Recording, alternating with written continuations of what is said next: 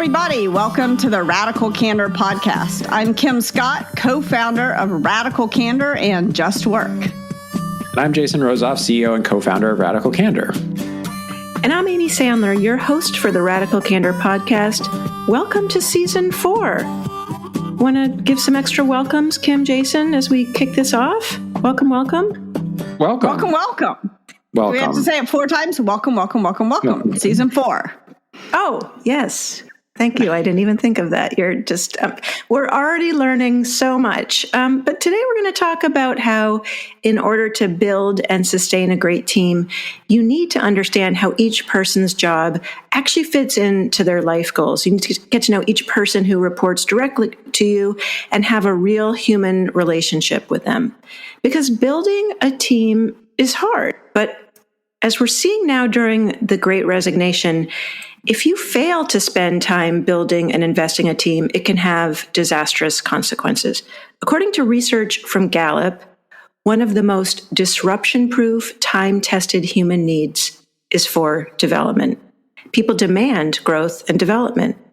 And so in order to be successful, this means developing people who are on both steep and gradual growth trajectories, or as we like to say at Radical Candor, people who are in either rockstar mode or superstar mode. Kim, can you explain the difference between rockstar mode and superstar mode and why it's so important to recognize and develop people in each mode equally? Sure, absolutely. This is something I got wrong for a lot of my career. I thought everyone on a team ought to be in superstar mode. So what is the difference, first of all, between superstar and rockstar mode? This is, when I was at Apple, I was working with a leader who said, you really need to manage your people who are in rockstar mode differently from people who are in superstar mode. And I was like, what the hell is she talking about? What's the difference between the two? And she explained to me that people who are in superstar mode are the people who are growing really fast. They want the next big job. They don't just want your job, their boss's job. They want their boss's job. They're on a super steep growth trajectory. But people who are in rockstar mode are like your Rock of Gibraltar. These are the people who are great at their job, but they don't necessarily want the next big job. And there's a variety of reasons why folks are in rockstar mode at different parts in their career. And if you think about it, people, when they're in superstar mode, those are the sources of growth on your team. But people, when they are in rockstar mode, that's a source of stability on your team. And you need both. If you don't want the wheels to come off the proverbial bus, you need a certain number of people who are in rockstar mode. Different managers handle this differently. There are also managers who tend to clip the wings of people when they're in superstar mode and not allow them to grow in the way they want to grow. And that hurts those individuals, but it also hurts the whole team. Jason, when you hear Kim talk about rockstar mode and superstar mode, how do you, sorry, I can't help but say that, superstar mode. Superstar. How do you actually figure out who is in what mode, especially now, because it might be changing quite rapidly for folks? This is a good question. I feel like there's a subset of the world of analyzing work right now that's trying to just sort of figure out what is happening to people in the context of global pandemic, et cetera.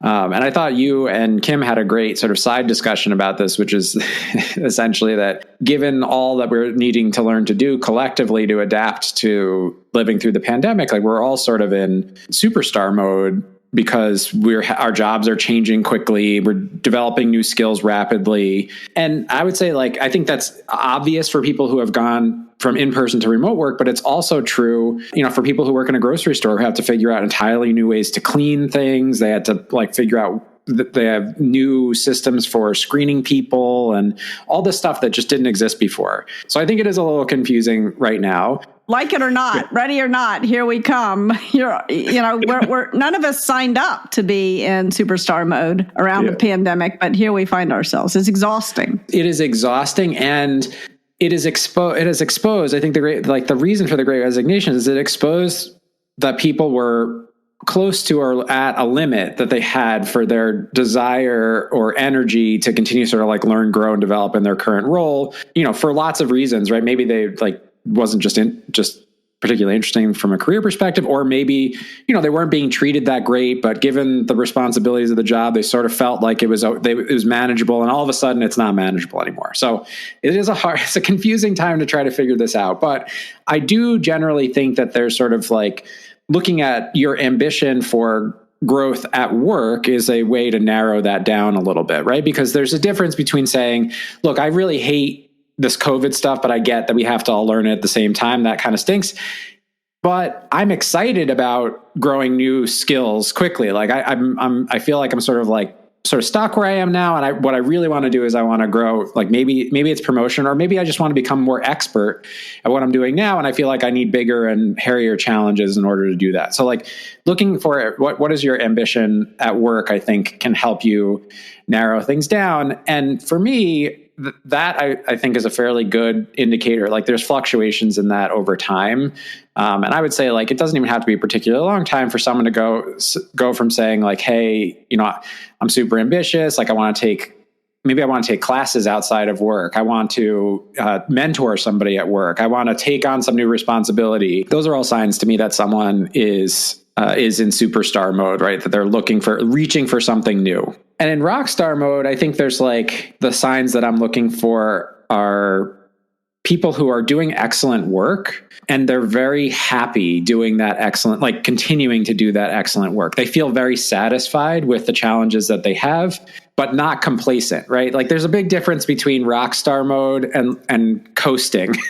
I think that is sort of especially tricky to understand right now. And the best way that you can assess it is like, is this person still contributing at a high level given their role?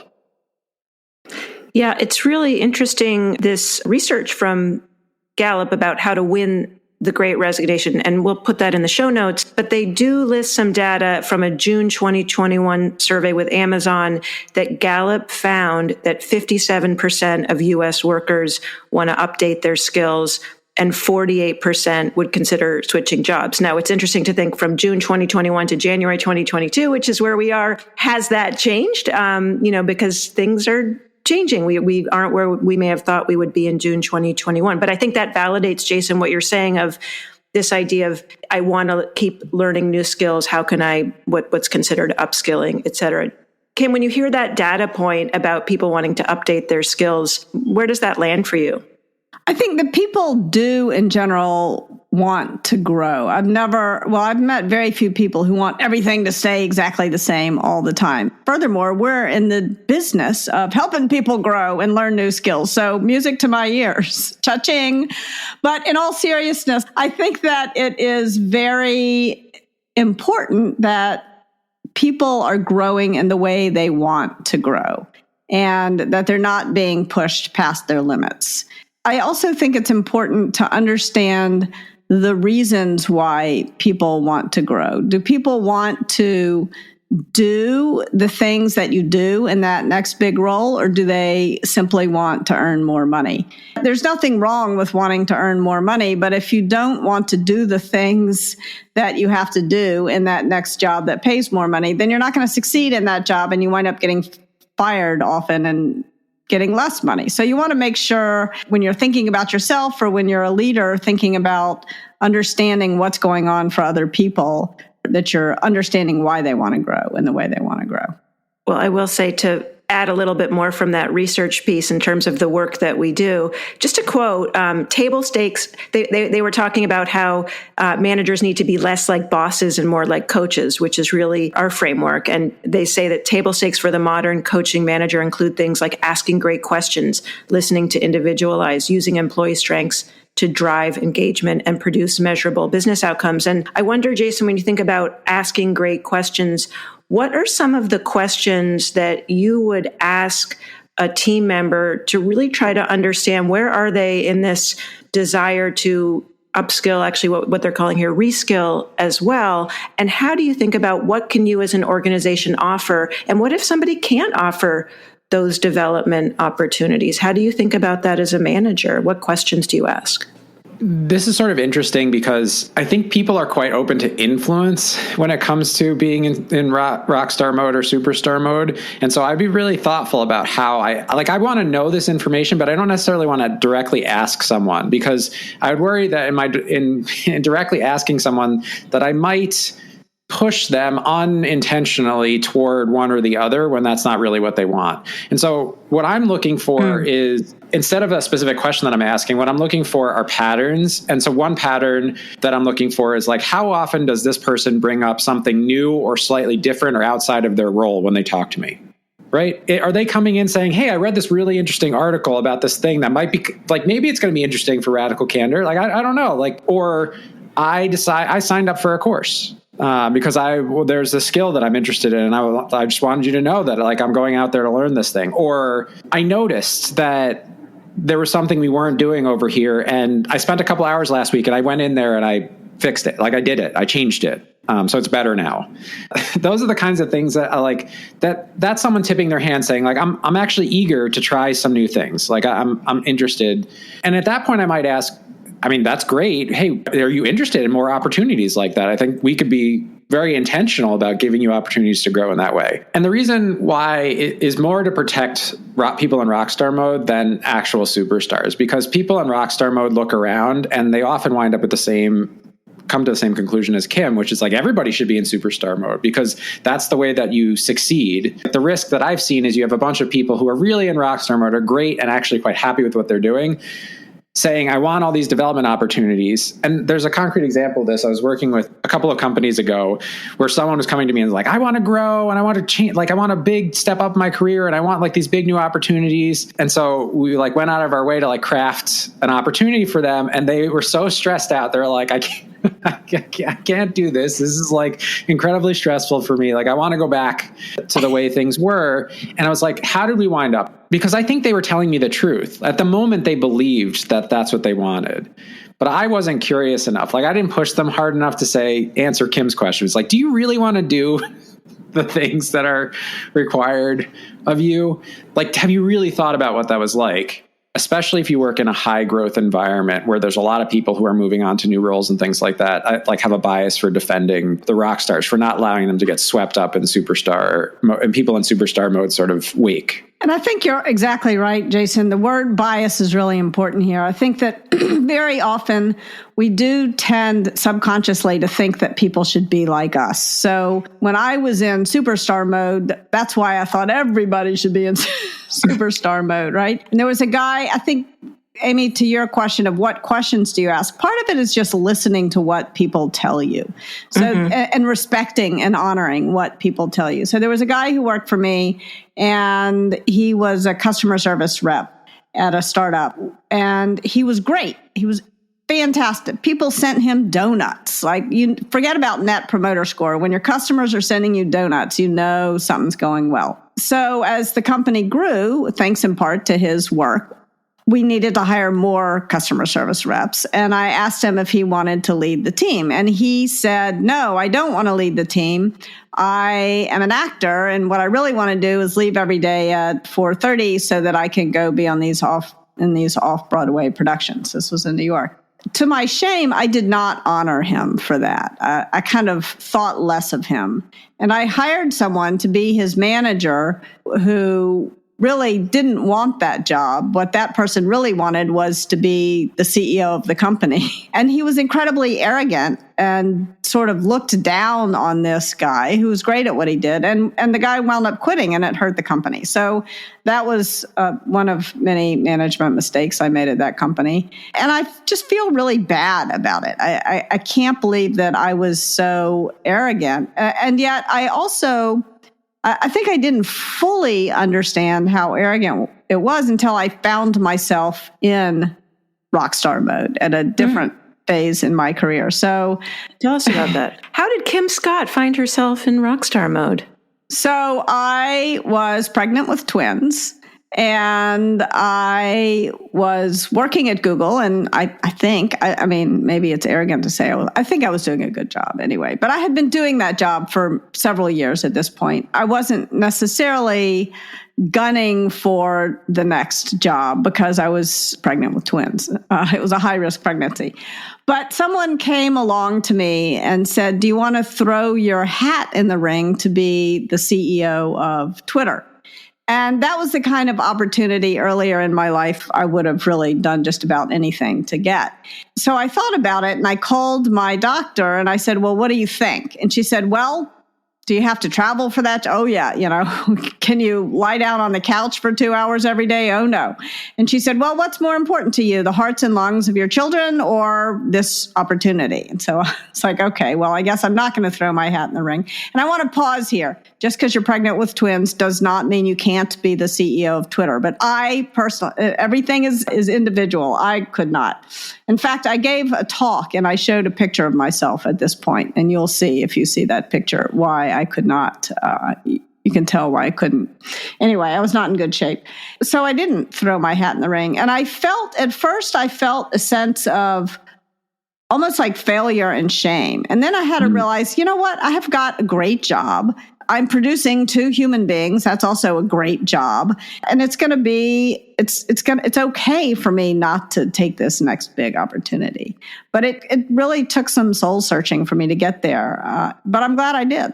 Yeah, well, and thank goodness. I guess as I hear your story, it just makes me think, as folks are listening, dealing with these, like you said, soul searching, these difficult decisions. And so, Jason, as you hear Kim's story, I'm curious if you reflect on how people right now who are maybe having to make some of these tough choices, like I've got to care for, a parent or a child or a spouse or, myself, whether it's health issues, whether it's financial concerns, and yet this thing is pulling me at work. And it feels like something we should drill down into a little bit, because I think that story Kim shared, people can really resonate with that.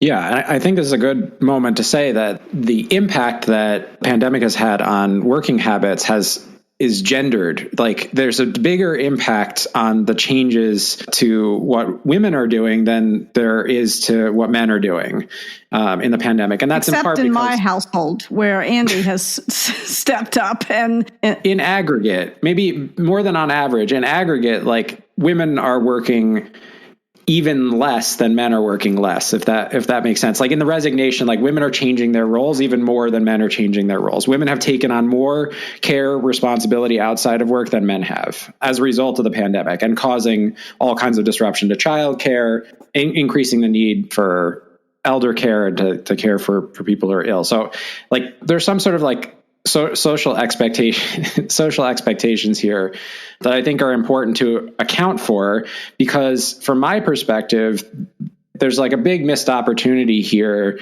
for, fractional roles, partial work, for people to be flexible, because we worked with a client not that long ago. One of our primary contacts was in this very interesting situation where they had 2 people who sat in a single role. They split up the week, essentially. They performed this role as well or better than an individual could perform it, but it was 2 people operating on sort of a part-time basis.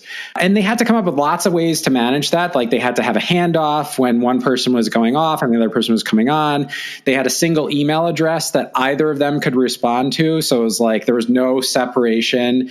It was all very strange, except that it allowed them to do these other things in their life that they really cared about. Now, from my perspective, they were not actually in rockstar mode. They were in superstar mode. They're super ambitious at work. And they were collectively growing and changing. The reason why I think the story is so helpful is like, I had never in 20 plus years of working run into that another time, not one other time in 20 some odd years.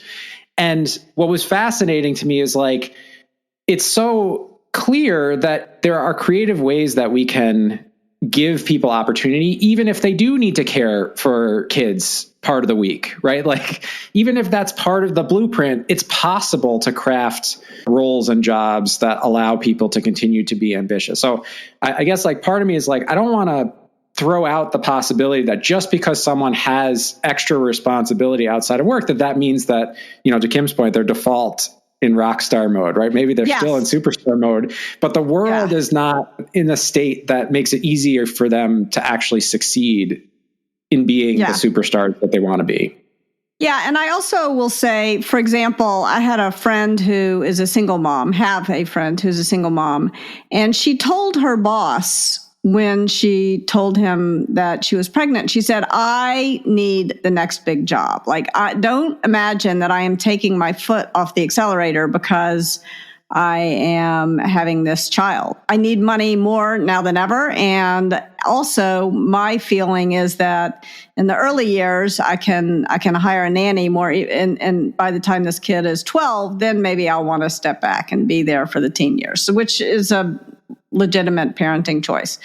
And her boss did not listen to her and didn't give her the next big role. And she left that job and took another much bigger role that had her flying to China all the time. And her boss, when she told him she was going to take this, he was stunned. And she said, but I told you, that's what I wanted. And you didn't listen. It's the same thing as I didn't listen to this guy who told me that he wanted, there are all different reasons why one might want to be in rockstar mode. Or superstar mode. And I guess I think or superstar mode. Yeah, it's just tempting to say, to see someone's situation as the only or even primary factor of like what mode they can or should be in. But I think like part of the problem is the inflexibility of the way that we define work, like the way that we define work. We are leaving a lot of really great things on the table because even there's this sort of mythology about developers, which is like a great developer, like a truly great developer is worth 10 average developer, like software developers. I hate that. I'd so disagree with that, but I know you feel the same way. I also disagree with that, but I do think that there are some people who are twice as productive as the average person, like in the same role. Yeah. Like I've observed someone who is twice as productive, which means that if that person comes to you and says, I have this other ambition that I want to be, I want to do something else with my time. I want to be a botanist. And you're like, well, most companies are going to say, sorry, like you can't work half time. But if you're like, that's the thing that's missing for me in terms of why this has been so stressful, this transition to a world in which people have opened up to the possibility that maybe there's more that they want to do than the role that's immediately in front of them. And maybe that's not with that current company. And two, that there are all these other responsibilities that people have taken on. It's like people have been treating as immutable, like the way that we structure roles. And so as a result, we're losing all of this really great potential and saying, well, sorry, we need someone in rockstar mode here who's going to be here 5 days a week, even though that person might be, 75% as productive as the person who's saying, I'd like to work a 4-day week because I have this other thing I want to do. Yeah. And I think you raise a really important point. I think there's a bias to think that it is the people who are in rockstar mode who need more flexibility, but more often than not, it's the people in superstar mode. There was a person who worked for me who was one of the most productive people I've ever worked with in my life. He was just incredible. But he needed, sounds ridiculous, but it was like in order for him to function 10 months a year at that level, he needed 2 months a year to like go on a bender and take pictures. And they would get drunk and take a lot of photos. And the company where I worked did not make allowance for that. Drunk photo, sabbatical allowance. There was no 2 month a year, go get drunk and take photos. So I had to it was one of the hardest management challenges I ever had to help navigate the bureaucracy. And I treated it like a kind of parental leave. But so I think there's also there's a couple of more things to say about parental leave. One is that I was just talking to a CEO earlier today who said, I am single and somehow that means I have to do all the work because it's not legitimate for me to say I need to go on a date, but it is legitimate for you to say, I've got to take care of my kids and so I can't do this. She said, I'll never have kids if I can't go on a few dates now. So I think we need flexibility. People who are not parents also need flexibility. Children are not the only thing that take a lot of time in this world. And also I just want to shout out for all the parents who are not, heteronormative parents. There's a lot of parents who have a lot of kids who have 2 moms or 2 dads or two parents who are not binary. And we want to make sure that we're not assuming, and also men have children too. Straight men have children too. Like, we want to make sure that even though you're right, Jason, on average, women do tend to pick up more of that child rearing. I think we draw way too many conclusions from that fact. So I just want to put a pin in that one. To bring it back to even the words rockstar and superstar mode, Kim, I know how important words are to you. And I think it's just important, if we haven't said it explicitly, why are we talking about modes rather than, oh, you're a rock star, you're a superstar? Because we want to make sure that we're leaving room for people to change. At different points in everyone's career, they're in different modes. There are times, and it's usually when you're starting a new job, you're coming up a steep learning curve, and so you're in superstar mode, almost by definition. Whereas when you've been in a job for a while and you're not going up such a steep learning curve, you're usually more in rock star mode. And you don't want to label people. You don't want to put them in a box and leave them there. People change. And if you're going to be a good manager and make sure you're putting the right people in the right roles, you want to make sure that you're changing with people and helping change people's roles as their desires and circumstances change. The other thing I want to bring in when it comes to words is this idea of potential versus growth. I know one of the kind of origin stories was you were using this performance potential matrix that McKinsey had originally developed, and the word potential rubbed you the wrong way. Yeah, and it's worth noting that matrix was originally it was developed for investments, not for people. When I was at this company that used that, I wasn't going to put anyone in the low potential bucket. I don't think there's any such thing as a low potential human being. So I think it's just the wrong way to look at it. It labels people. Then all of a sudden people would be called, they're a low potential. I'm like, that is a horrible, horrible thing. So I was speaking with a leader at that company, and I said, this really bothers me. And it was one of the happiest moments of my career. He's like, yes, words matter. Let's change the words. And we started talking about growth and the importance of growth and making sure that we were giving people the right growth opportunities, not pushing them too hard and not pushing them hard enough. We need to be aware of how people want to grow. It's also really important that managers figure out, what percentage of my team needs to be in superstar mode, what percentage needs to be in rockstar, and it varies from situation to situation. How do you think about how to make that estimate? What are some of the metrics by which you determine, we actually need some more stability, we need some more folks in rockstar mode here? I mean, if you're managing a nuclear power plant, I hope that you have a lot of people in rockstar mode who feel a great deal of satisfaction out of keeping things safe. That is really important. So that's an example. I mean, you also need some people who are in growth. It's hard to learn that stuff. But you don't want to have too many people who are distracted by learning the next new thing. You want them very focused on the current job. I mean, I've never managed a nuclear power plant, so I'm really making stuff up. But you have managed a diamond cutting factory, yes. And actually, there's an example about that in the book. There was my boss at that company said that he really wanted to understand what the people who were cutting the diamonds were doing. Cutting a diamond is very much you want someone in rockstar mode. You don't want people coming up the learning curve on these very expensive pieces of rock. And he was literally rock star mode. Yes, literally rock star mode. He blew up a very large and expensive diamond when he was trying.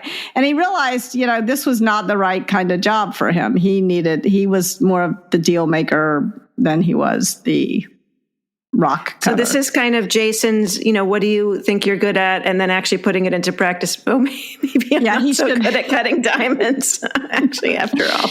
Yeah. Kim, I like the sort of what is people's desire to grow what have they demonstrated, and how have they demonstrated their ability to sort of like grow into that new thing? And what is your need? If those are the strings you're pulling as a manager, like the question of why do I need to know exactly what a diamond cutter is doing? Like, can I be satisfied? And why is the way that I need to figure that out by doing it myself? It's a good question, because it's like, well, how does that help you answer any of those other questions that you're trying to answer? It's not clear to me that it does.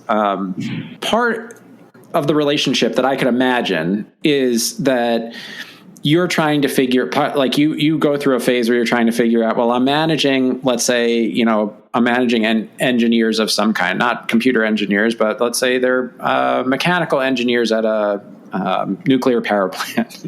Don't go mucking around in that plant, please. Right. Your background is in electrical engineering. You don't have a ton of background in mechanical engineering, but you're trying to figure out, they're very expensive, these mechanical engineers. It costs a lot of money, and I'm getting some pressure to cut costs. And so I'm starting to think like, well, what are that mechanical engineer? So like I could see like a thought pattern that gets you to a place where you're like, I want to get closer to what the mechanical engineers are doing. But at the same time, I think there's this other part of what we're saying is that knowing what you need or what a team needs is a knowable thing. That's like a pretty big assumption, because I think sometimes some of the best moments that I had in my career supporting people in superstar mode is when someone expressed a desire to do a thing that I had no idea if it was really going to make a huge difference for us as an organization, but they're so excited about it and they're convinced that somehow it's going to help us. And I'm like, well, sure. Like, let's jump off the cliff together and figure out if this is actually going to make a difference. And those have been some of the most, the most pleasant surprises that I've had. Well, I can think of a client that we worked with, one of the engineers that they hired, he was just like, he had a passion for teaching and for learning. And so he like built this whole speaker series inside their organization. It had nothing to do with his job. He didn't get compensated anything extra for doing this. This is just something that he wanted to do. And it turned out like it started to show up in surveys as like one of the best parts of working for this company as an engineer was this like amazing speaker series that this person had created. That's part of what I'm saying about inflexibility. I think too often we're convinced that in order to support people in superstar mode or in rockstar mode, they have to fit inside some preconceived notion container that we have created for other people. And often what I've noticed is that the containers that we create for jobs are created in a way sort of like based on an average person, like someone who's decent at the role, but not necessarily exceptional. So you look at a job description, you're like, that doesn't describe a rock star. That actually describes like a pretty mediocre person in this role. I guess like what I would love to see when people think about growth management in the way that you define it is like, how can I create space like for my people in rockstar mode to express their genius, right? Like what am I doing that's allowing them to like really shine? And so for this person, it was this thing that he did, this series of talks that he organized was like really expressing his genius. It was around teaching and learning and creating these moments. I hadn't thought about it exactly that way, but that's led to a lot of really interesting sort of pivots in people's careers who have worked for me, is like just giving them that space. And it's not just about doing that for superstars. It's also about or people in superstar mode. It's also about doing that for people in rockstar mode. Yeah, I think you are exactly right. We tend to sort of assume that there's this average. There's no such thing as average, right? There's no such thing. I mean, there is such thing as an average, but there's no such thing as an average person. Correct. And also the thing that you said that really resonated for me is that very often people don't respect the work. Like the boss, the person I hired to be the boss of the guy who was a great customer service rep, he thought customer service was a role for B players, right? In fact, he explicitly said that. And so he treated his employee like a quote unquote B player, and he didn't respect him. And I think it is really important that we remember when we're hiring people to respect the people and also the work that the people do. You don't need this guy's opinion about hiring a customer service team was that he needed to hire a bunch of B and C players.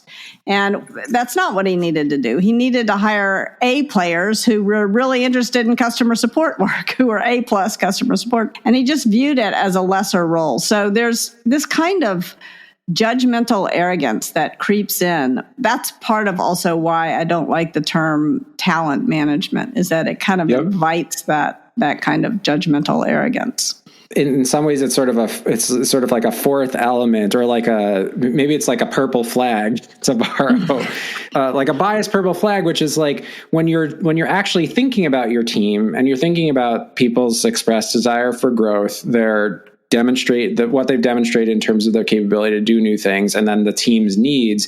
You want to make sure that you're including in that you're not biased and focused only on the roles that either you understand the best or that you think are the most important, but you're actually really valuing the contribution of each person on your team. You're weighting that contribution appropriately.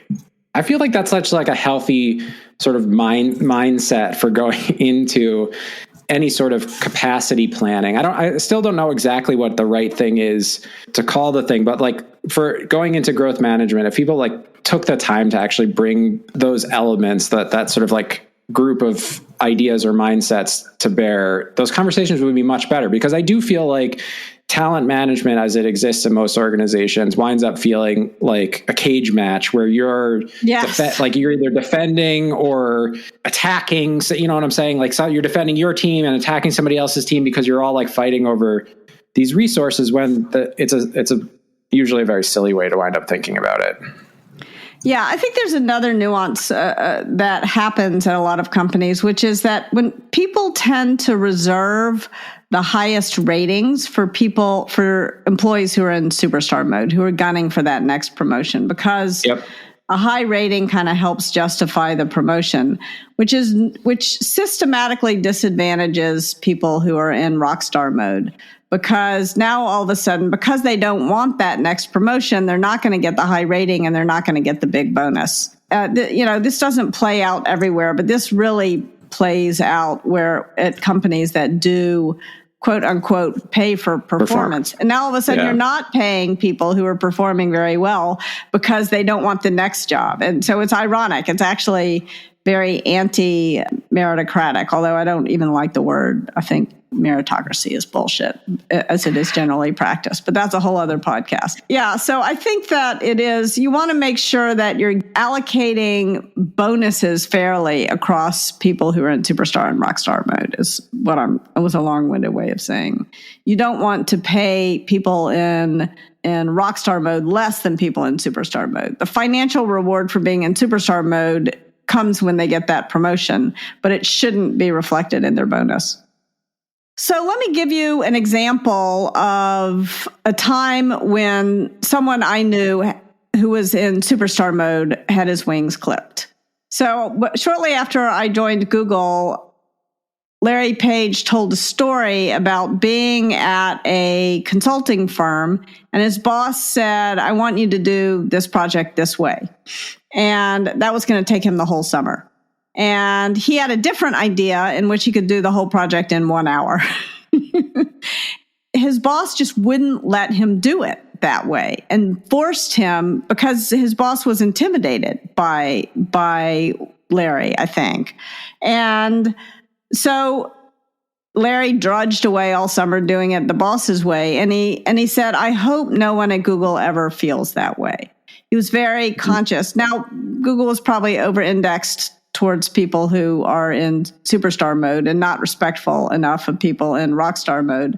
But I think that is an example of very often, if you are a manager and you are afraid that someone who works for you is going to wind up being your boss, you should celebrate that. You should not clip that person's wings.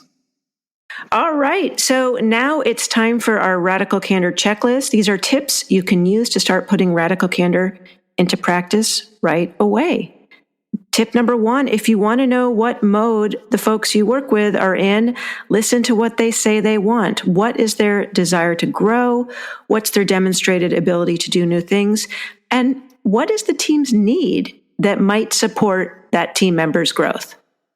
Tip number 2, when it comes to growth management, don't clip the wings of people who are in superstar mode, and don't disrespect people who are in rockstar mode. Don't sort of view them as lesser mortals, especially if you yourself are in superstar mode. And beware, we have such a bias. When we're in one mode, we want everyone else in that mode with us. So be aware of your own biases. And tip number 3, don't put people in boxes. All of this is temporary. That none of these states are permanent. And so when you're thinking about people's growth trajectory, don't allow your perception to limit the future choice that they might make. For more tips, you can go to radicalcandor.com/resources to download our learning guides for practicing radical candor. If you want to see the show notes for this episode, head over to radicalcandor.com/podcast. If you like what you hear, go ahead, rate us, review us on Apple Podcasts. And of course, don't forget to order Kim's latest book, Just Work: How to Root Out Bias, Prejudice, and Bullying to Create a Kick-Ass Culture of Inclusion. And yes, available everywhere books are sold. Finally, if you haven't heard, the Radical Candor store now open. Get your mugs, get your swag, go to radicalcandor.com, click the shop link, and get the Radical Candor framework on your beverage of choice container. Bye for now. Take care. Don't put people in boxes. Bye-bye. Thanks for joining us. Our podcast features Radical Candor co-founders Kim Scott and Jason Rosoff, is produced by our Director of Content, Brandy Neal, and hosted by me, Amy Sandler. Music is by Cliff Goldmacher. Go ahead and follow us on Twitter at Candor and find us online at radicalcandor.com.